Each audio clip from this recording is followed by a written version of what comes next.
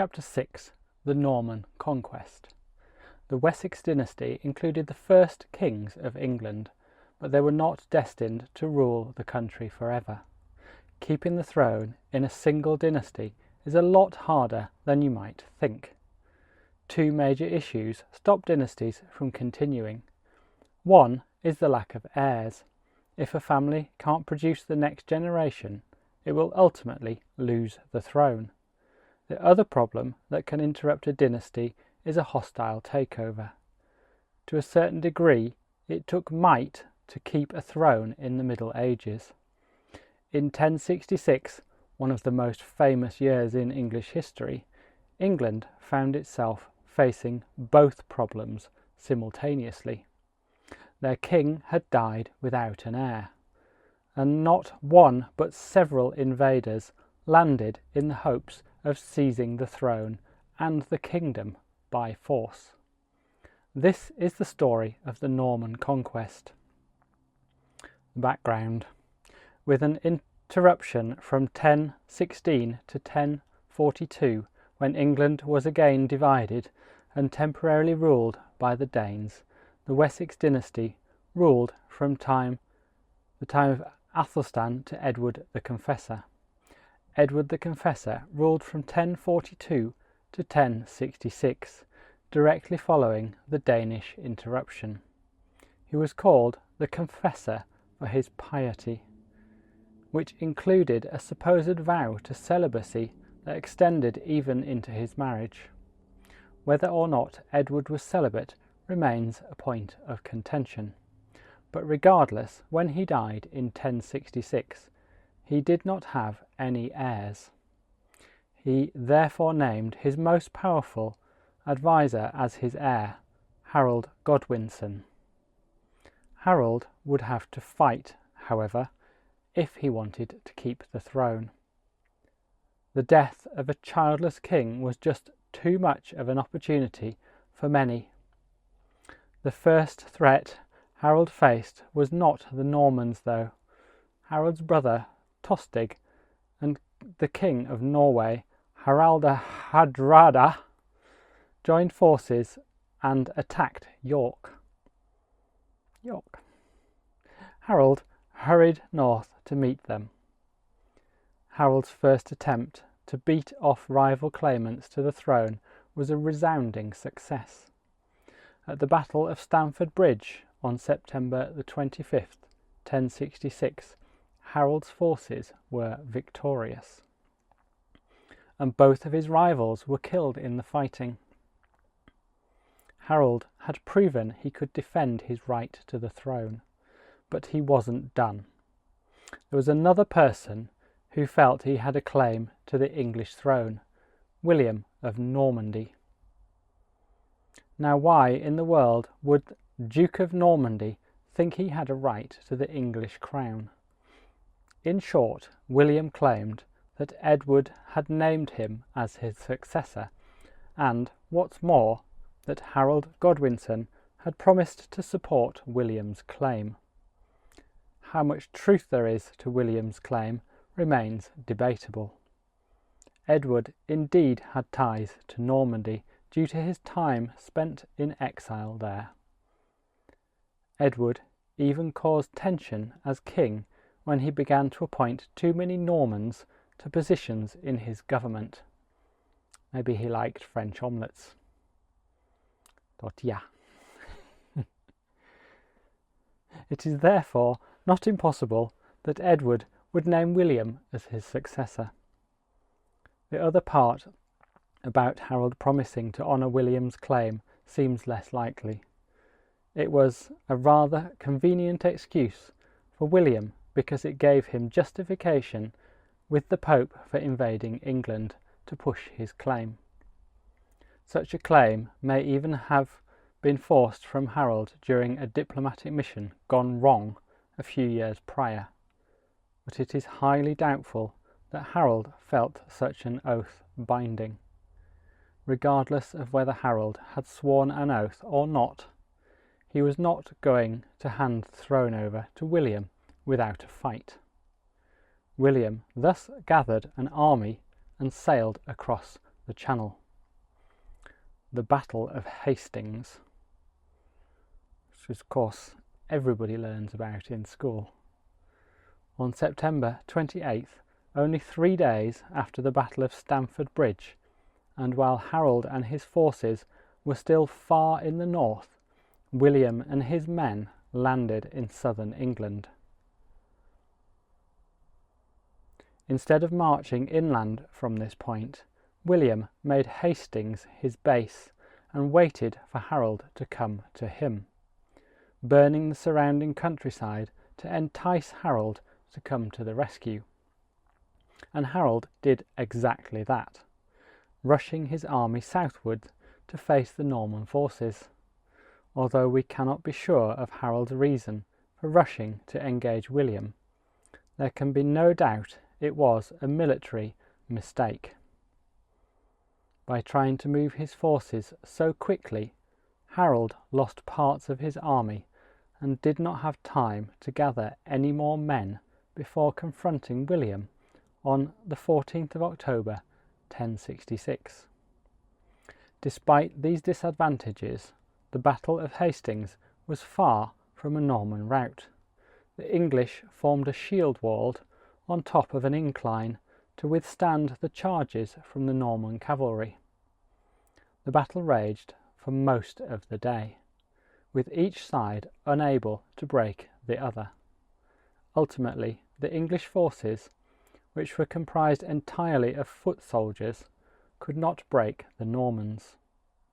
The shield wall was a strong defensive formation, but it lacked the offensive surge needed to scatter and destroy the Normans. The Norman cavalry, on the other hand, eventually broke through the shield wall, killing the English leaders, including Harold. Thus ended the brief reign of Harold Godwinson.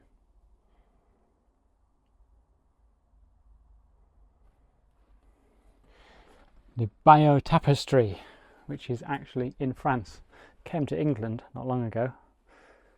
Having defeated Harold, William made his way slowly toward London, with no one of real power to resist him, and the leading men of England accepted the inevitable and submitted to William before he arrived in London.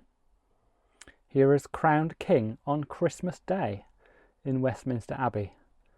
The Normans had conquered England. England under the Conqueror.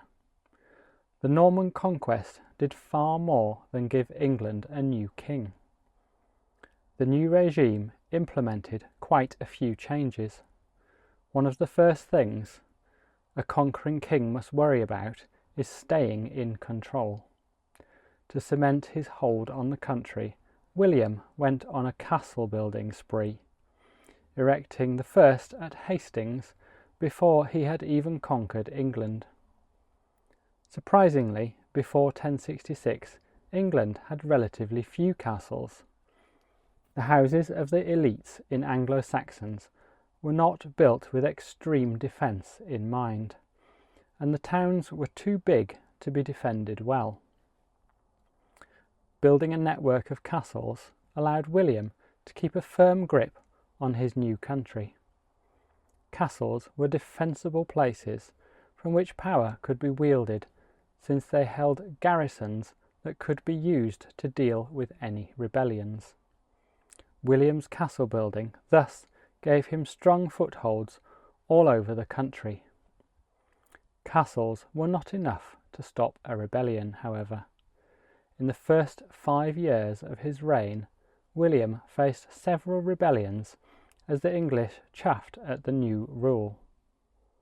A major uprising in the north in 1069 made William so enraged that he commanded his army to raze the area, burning food supplies and causing devastation that lasted for years.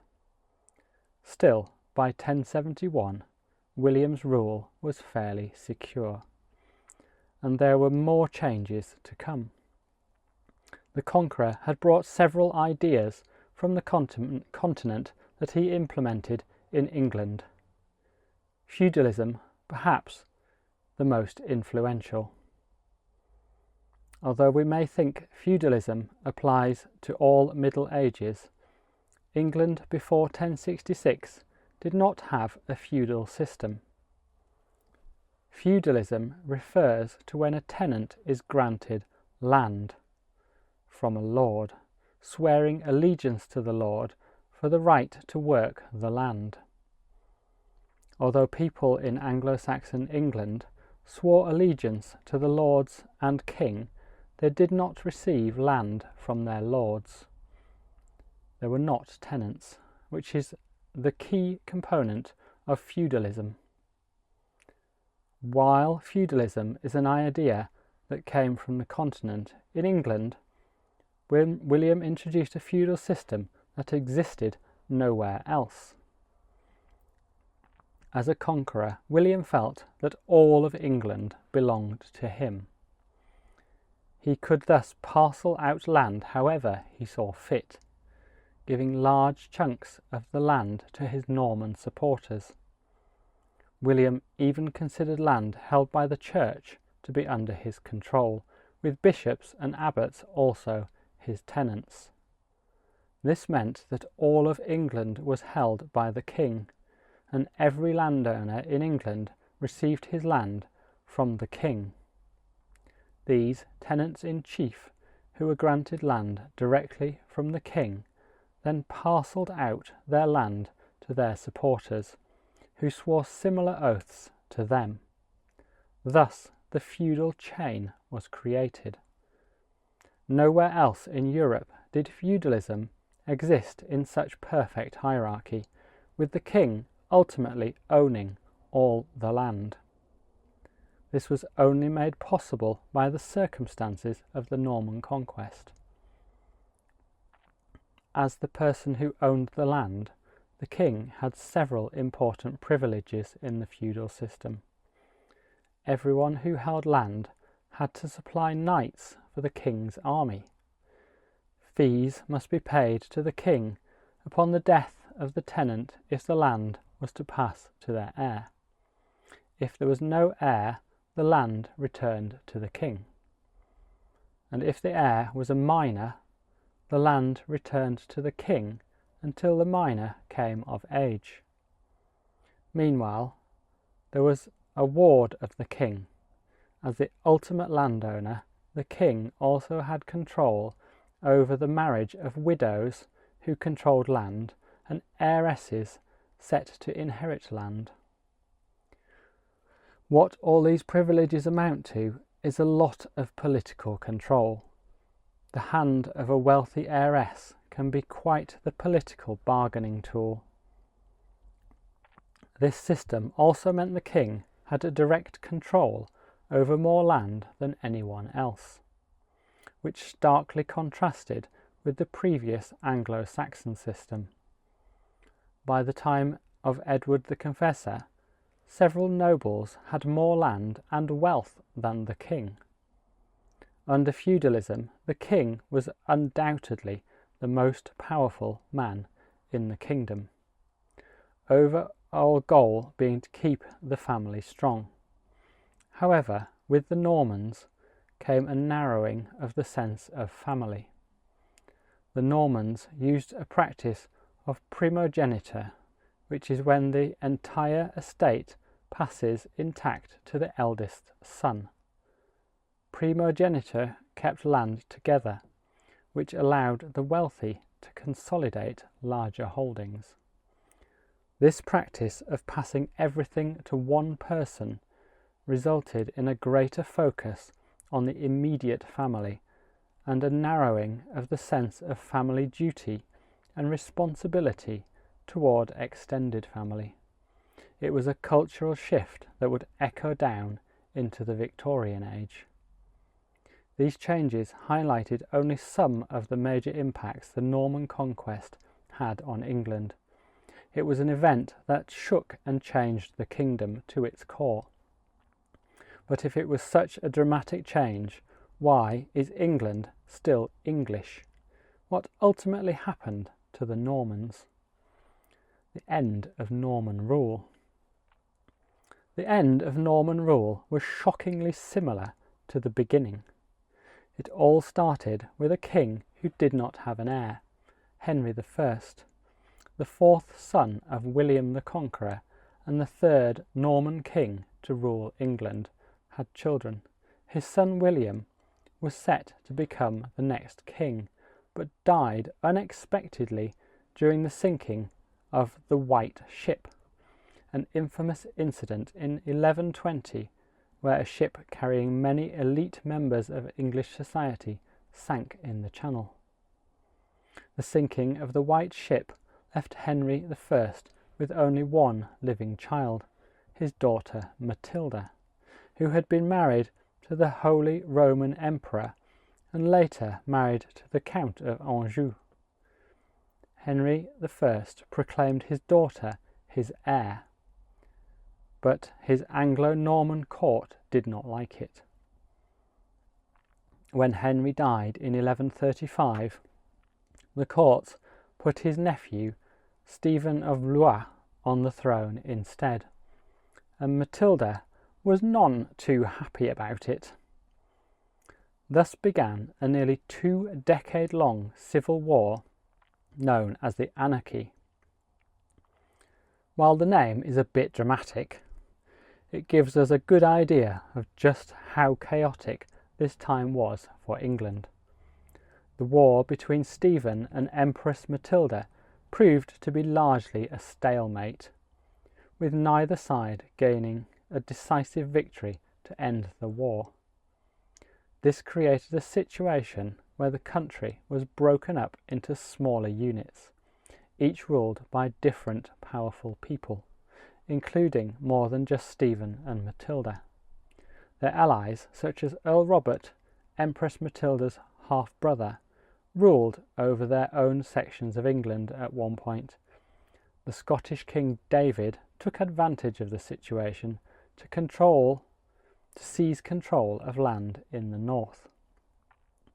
All these different rulers meant that everything from coins to laws differed throughout the country. And if that wasn't chaotic enough, there was a complete breakdown of law and order in the borderlands between these competing sections. England had broken into pieces. Strangely enough, it was not a battle that ended this time in English history, but an agreement. Having lost his heir, Stephen agreed to make Empress Matilda's son, Henry, his new heir. All parties were satisfied by this, and in 1153, 18 years after it had started, the anarchy ended. Only a year later, Stephen died, and Matilda's son, Henry II, started a new dynasty.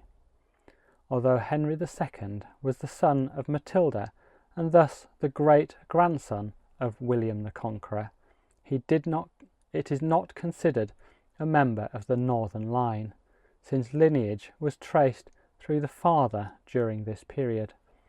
Instead, Henry II's dynasty is known by the last name of his father, Geoffrey Plantagenet. Chapter 7 will talk about the Plantagenets, and we'll get on to that next.